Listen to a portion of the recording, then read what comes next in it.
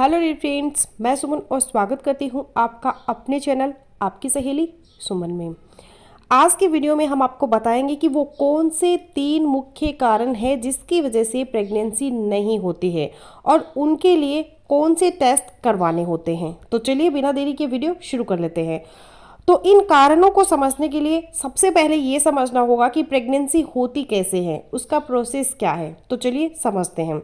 तो देखिए, ये यूट्रस है, इसे बच्चेदानी या गर्भाशय भी कहते हैं। ये वजाइना है। यूट्रस के दोनों साइड में 2 ट्यूब्स होती हैं जिन्हें नलिया भी कहते हैं, और हर महिला में 2 अंडेदानी यानी ओवरीज भी होती हैं। हर महीने ओवरी से एक एग रिलीज होता है जिसे ओवुलेशन कहते हैं या रैप्चर ऑफ फॉलिकल कहते हैं। अंडेदानी में बहुत से फॉलिकल मैच्योर होना शुरू होते हैं हर महीने, लेकिन उसमें से कोई 1 या 2 मैच्योर होकर के उसमें से फॉलिकल रैप्चर होता है, यानी जो खोल है वो फूटता है और उसमें से अंडा निकल करके यहाँ में आ जाता है। ये ट्यूब्स में जो फिम्ब्रियल एंड है, इसमें से फिम्ब्रिया उस अंडे को पकड़ते हैं। अंडे की अपनी कोई गति नहीं होती, ट्यूब के मूवमेंट से वो एग या ट्यूब के बीच के भाग में आ जाता है। जब आप कांटेक्ट करते हैं, आपस में संबंध बनाते हैं, तो स्पर्म की अपनी गति होती है। जो सबसे हेल्दी स्पर्म है वो यूट्रस की कैविटी में जाकर यहाँ दोनों ट्यूब्स की तरफ जाता है। जब अंडे का स्पर्म से मिलन होता है तो एग फर्टिलाइज हो जाता है, यानी बच्चे का निर्माण शुरू हो जाता है।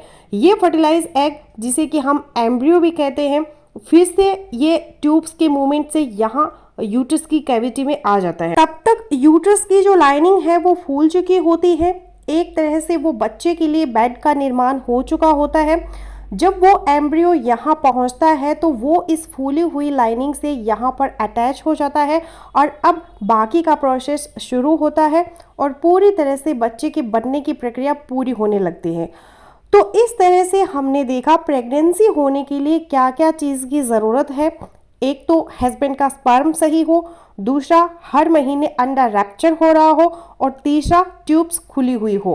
क्योंकि अगर ट्यूब्स खुली हुई नहीं होगी तो अंडा इस तरफ रह जाएगा और स्पर्म इस तरफ रह जाएगा, जिससे कि इन दोनों का मिलन नहीं हो पाएगा और प्रेगनेंसी नहीं हो पाएगी। अब हम जानते हैं कि प्रेगनेंसी होने के लिए हम वो कौन से टेस्ट कराते हैं जिससे हमें पता चले कि इनमें से कौन सी कमी है जिसकी वजह से बच्चा नहीं लग रहा। तो सबसे पहला जो टेस्ट होता है वो है हस्बैंड सीमन एनालिसिस, यानी पति के वीर्य की जांच।